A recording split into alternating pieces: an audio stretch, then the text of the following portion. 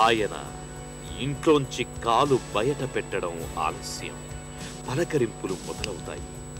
నడక సాగుతుంటే అడుగులో అడుగేసే వారి సంఖ్య పెరుగుతుంది. మాట కదిపితే అందరితో పాటు మౌనం కూడా చెవులు రిక్కిరిస్తుంది. ఇది మన బాటని వెల్లడిస్తే పల్లె ప్రజలంతా మల్లెపూ బాటగా దానిని స్వీకరిస్తారు. ఏమిటాయన ప్రత్యేకత? ఎందుకంత ప్రజాభిమానం? ఆయన రాజకీయ నాయకుడా? కాదు. అపర కుబేరుడా? అసలే కాదు. పోనీ క్రికెట్ దేవుడా? కానే కాదు. ఓ సాధారణ పౌరుడు, కాని అసాధారణ ప్రజా సేవకుడు, ఆశయ సంపన్నుడు, మనసు నిండా పల్లె వెలుగుల కలలు నింపుకొన్నవాడు. విదేశంలో ఉద్యోగం కన్నా అభాగ్యుల బతుకుల్లో ఆనందం నింపడమే లక్ష్యం అనుకున్నవాడు. పరమాణు పాఠాలు బోధించడం కన్నా పేదల జీవితాల్లో ఆనందం నింపడమే ముఖ్యం అనుకున్నవాడు.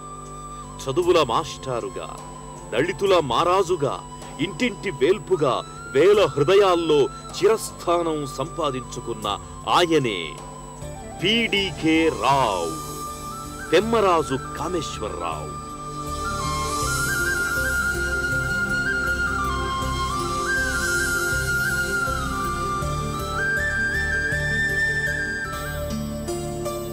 కామేశ్వరరావు 1949 డిసెంబర్లో విజయవాడలో జన్మించారు.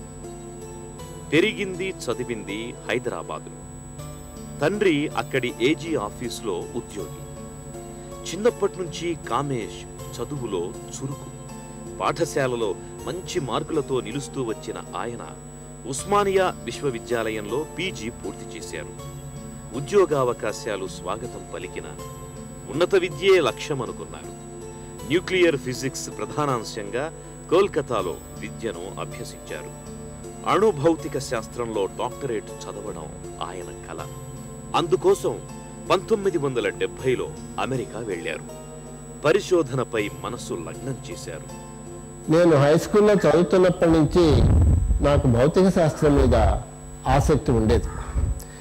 ముఖ్యంగా ఆ రోజుల్లో రష్యన్స్ స్పుట్నిక్స్ని విశ్వంలోకి పంపించడం అనేది నాకు భౌతిక శాస్త్రం మీద ఆసక్తిని పెంచింది. నాకు అణుశాస్త్రం మీద, పరమాణు శాస్త్రం మీద కొంత అవగాహన పెరిగింది. కొంత అర్థమైంది ఏమిటంటే పరమాణు శాస్త్రం అనేది మన వేదాంత శాస్త్రానికి గల పోలికలు కొంత ఉన్నాయని నాకు అనిపించింది. థియరిటికల్ పార్టికల్ ఫిజిక్స్లో రీసెర్చ్ చేయాలి, అమెరికా వెళ్ళాలి అన్న ఆలోచన నాకు కలిగింది. చదువు పూర్తవడంతోనే బోస్టన్ విశ్వవిద్యాలయంలో ప్రొఫెసర్గా ఉద్యోగం వరించింది. చిన్న వయసులోనే అబ్బాయి అమెరికాలో స్థిరపడ్డాడని అమ్మా నాన్నలు ఆనందపడ్డారు. కానీ వాస్తవం మరోలా ఉంది. తరగతి గదిలో పాఠాలు బోధిస్తున్న కామేష్ మనసంతా కల్లోలమే. ఆ సమయంలో అమెరికా అట్టుడికిపోతోంది. నల్లజాతీయులు తమ హక్కుల సాధన కోసం ఒక్కటయ్యారు. వివక్ష నుంచి విముక్తి కోసం ఉద్యమ బాట పట్టారు. వియత్నాంలోని అమెరికా సేనల్ని వెనక్కి పిలిపించాలని ప్రజాస్వామ్యవాదులు ఆందోళనలు సాగిస్తున్నారు. వీరికి భారతీయులు సంఘీభావం ప్రకటించారు. కామేష్ వీరితో జత కలిశారు. మరి 100 ఏళ్లు పరాయి పాలనలో మగ్గి పేదరికం, నిరక్షరాస్యతలతో సతమతమవుతున్న నా దేశం పరిస్థితి ఏమిటి? మాతృభూమిలో ఎన్నో సమస్యలున్నాయని తెలిసి నేనిక్కడ ఉండిపోవడం ఏంటి? ఈ ప్రశ్నలు ఆయనను ఉక్కిరి బిక్కిరి చేశాయి. ఉద్యోగానికి రాజీనామా చేసి స్వస్థలానికి తిరిగొచ్చేశాడు. నేను జిడ్డు కృష్ణమూర్తి గారి పుస్తకాలతో పరిచయము, ఇవాన్ ఇలిచ్ అనే ఒక ఫిలాసఫర్ యొక్క పుస్తకాలతో పరిచయము ఏర్పడింది. ఈ పరిచయాల వల్ల ఆ అమెరికన్ కంట్రీలో జరుగుతున్నటువంటి ఉద్యమాల ప్రభావం వల్ల నేను ఒక నిర్ణయం తీసుకున్నాను. నేను తిరిగి ఇండియాకి వెళ్ళాలి, ఇండియాలో గ్రామీణ ప్రాంతంలో ఏదైనా చేయగలగాలి అని. అది భారత్లో అశాంతి భగ్గుమంటున్న వేళ, ఎమర్జెన్సీ సమయం, తీవ్ర నిర్బంధం కొనసాగుతున్న కాలం, సమాజంలో ఎటు చూసినా సమస్యలు. ఆ క్షణాన తన నడక ఎటువైపో కామేష్కి అర్థం కాలేదు. దిశానిర్దేశం కోసం లోక్నాయక్ జయప్రకాష్ నారాయణ్ని కలిశారు. సమసమాజ సాధనే జీవితాశయంగా సాగుతోన్న వినోబా భావే సూచనలు అందుకున్నాడు. పేదల జీవితాలను ప్రత్యక్షంగా చూసేందుకు సమస్యలతో అంటకాగుతోన్న పల్లెల తలుపు తట్టాడు. చిన్న జోలె భుజానికి వేసుకుని కాలినడకన కొండలు గుట్టలు దాటాడు. పేదరికం వాకిళ్లలో బతుకులిచ్చే వేల మంది అభాగ్యులను కలిసి మాట్లాడాడు. మోహన్ కందా గారి సలహా మీద చీపురుపల్లి మండలంలో ఉండే గ్రామాల పరిస్థితులు ఏమిటి అని ఆలోచించడానికి రావడం జరిగింది. It is a shocking experience. ఆ గ్రామంలో ఒక రకమైన అసమానత కాకుండా అనేక రకములైన అసమానతలు నాకు కనిపించాయి. ఒకటి కుల అసమానత, ఆర్థిక అసమానత, విద్యా అసమానత. ఈ అసమానతలు నన్ను కొంత తీవ్రంగా బాధించాయి. ఒక భారతదేశ పౌరుడుగా ఈ అసమానతల్ని కొంచెమైనా తగ్గించడానికి కృషి చేయగలనా అనే ప్రేరేపణ అనేది నాలో కలిగింది. మరు నిమిషంలోనే పల్లె ప్రగతి బాటలోని సమస్యల పల్లేరుకాయల్ని ఏరిపారేయాలని నిశ్చయించుకున్నాడు. రాష్ట్రంలో అన్ని విధాలుగా వెనకబడిన విజయనగరం జిల్లాలోని అప్పన్నవలస గ్రామాన్ని తన కార్యక్షేత్రంగా మార్చుకున్నాడు. అప్పన్నవలసలో ఇంటింటా పేదరికం, ప్రజలు కడు అమాయకులు. దానితో అడుగడుగున అక్రమార్కుల దోపిడీ. కామేష్ అక్కడికొచ్చిన తొలినాళ్లలోనే ఓ సంఘటన జరిగింది. 1979 సంవత్సరము ఫిబ్రవరి 18వ తారీఖున సాయంత్రం 5 గంటలకి మొదటిసారి ఈ గ్రామం రావడం జరిగింది. జరిగినప్పుడు డైరెక్ట్గా దళితవాడకి వెళ్ళడం జరిగింది.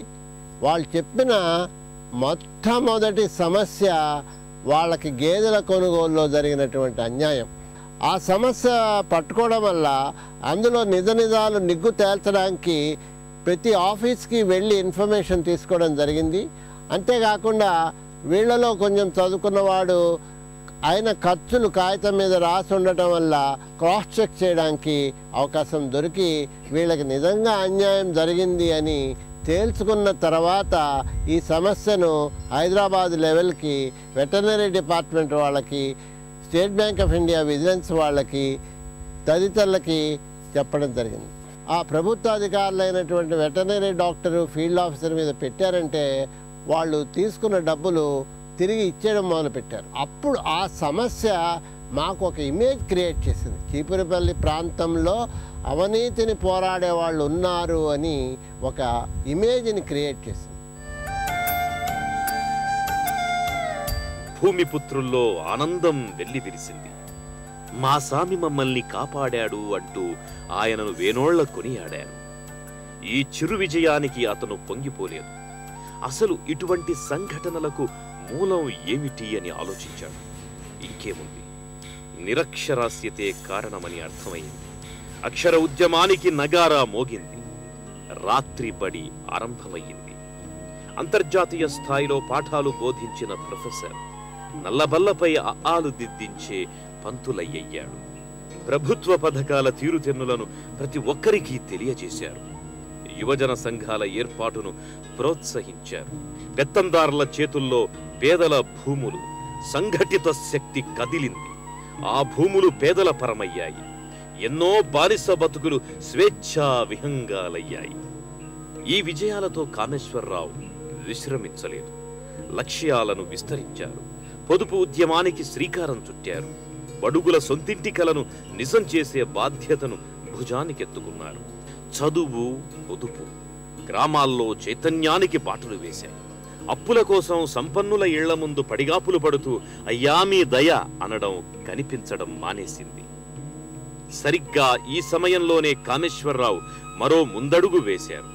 ప్రభుత్వ సంక్షేమ పథకాలు రైతుల దాకా చేరకుండానే పక్కదారి పడుతుండడాన్ని పూసగుచ్చినట్టుగా అధికారులకు వివరించారు. నేతలు వాటి ఫలాలను దోచేస్తున్న వైనాన్ని తేటతెల్లం చేశారు. గ్రామానికి మంజూరైన నిధులు, పథకాల అమలు పర్యవేక్షణకు లబ్ధిదారులతో కమిటీలను ఏర్పాటు చేశారు. దీంతో దళారుల ఆగడాలకు కళ్లెం పడింది. చీపురుపల్లిలో ఏర్పాటైన మొదటి కమిటీ గణనీయమైన విజయాన్ని నమోదు చేసింది. అక్కడ ప్రభుత్వం పేదలకు భారీ స్థాయిలో ఇళ్లు మంజూరు చేసింది. ఎప్పట్లాగానే కాంట్రాక్టర్లు ఉత్సాహంగా ముందుకొచ్చారు. నాసిరకంగా నిర్మాణాలు కానిచ్చేసి సొమ్ము దోచేద్దామన్న దురాశ. అది సాధ్యం కాలేదు. కామేశ్వరరావు వారిని తీవ్రంగా వ్యతిరేకించారు. లబ్ధిదారులే బాధ్యత తీసుకుని ఇల్లు కట్టుకుంటారని తేల్చి చెప్పారు. ఇది ప్రజల విజయం. అందుకే విజయ కాలనీ అని దానికి నామకరణం చేశారు. దీని ఆరంభానికి ప్రముఖ స్వాతంత్ర్య సమరయోధుడు వావిలాల గోపాలకృష్ణయ్య విచ్చేశారు. ఇదే స్ఫూర్తి కాపు శంభాం, కొండ శంభాం, అప్పన్నవలస, బాగువలసలతో సహా అనేక గ్రామాల్లో వెల్లివిరిసింది. తొలిసారి ప్రభుత్వ పథకాలలో గృహ నిర్మాణం చేపట్టవలసినప్పుడు ఇక్కడ వీరంతా కలిసి మేము మా ఇళ్ళు మేమే నిర్మించుకుంటాము, మా కాంట్రాక్టర్లు దళారులు వద్దు అని గట్టి పట్టుదలతో వీళ్ళ నాయకులు నిలబడినప్పుడు మరి పెట్టుబడికి డబ్బు ఎక్కడిది అని ఆఫీసర్లు దళారులు అడిగినప్పుడు మేము పొదుపు చేసుకున్నాము, మా పొదుపు సంఘాల్లో డబ్బులున్నాయి, అది వినియోగించి మేము తొలిసారి పెట్టుబడి పెట్టి మేము కాలనీలు స్టార్ట్ చేస్తాము అన్న దృక్పథంతో వీళ్ళు ముందుకొచ్చి వాళ్ళు పొదుపు సంఘాల్లో నిల్వ చేసుకున్న ధనాన్ని ముందర పెట్టుబడిగా పెట్టి ఈ గృహ నిర్మాణాలు సాగించారు. ఇటువంటి కాలనీ తొలిసారి విజయనగరం జిల్లాలోనే ఒక విజయ సంకేతాన్ని, ప్రజల యొక్క బలాన్ని సూచించడానికి ఇచ్చింది.